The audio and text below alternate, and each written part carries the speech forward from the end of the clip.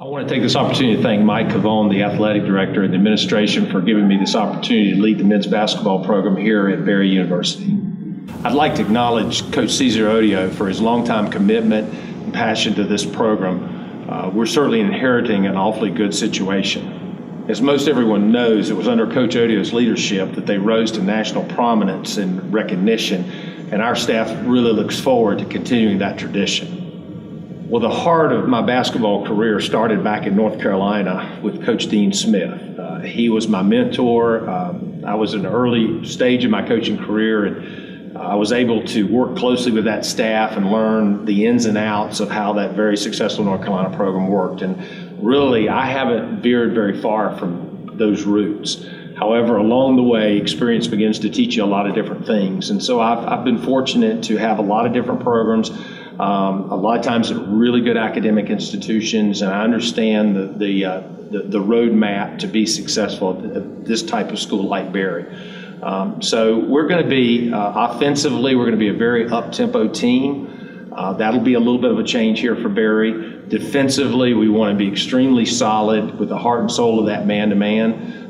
However, we are multiple defensive teams, so we'll do a little trapping. We'll do some zone. We'll do different things. And then, try to get out in the break. And then going back to the offense, we really want a lot of unselfishness to be sort of the mantra of our team. A lot of balance and a lot of teamwork. But just fundamental basketball and doing things the right way. And, of course, recruiting is the lifeblood of every program in college basketball. So it'll be imperative that we are constantly working hard and diligently in that area. Well, in recruiting, one of the first things at this early stage is you really must get comfortable and understand how the university works and the type of student athlete that can be successful in this respective environment. So I'm going to buy a little bit of time as I make sure I understand the type of athlete that can be successful here.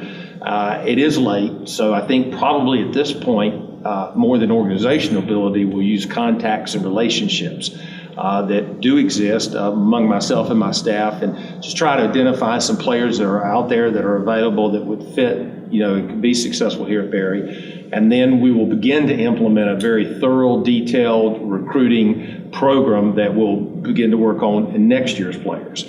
So it is a little bit of a scramble right now, but it's not too late, I think, to at least pull in some guys. And I know we have some good players that are already in the program. Well, for me personally, I've always felt if you're a great coach, you have to be a great teacher. And education, that's ultimately what we really are about if we're coaches who we say we are.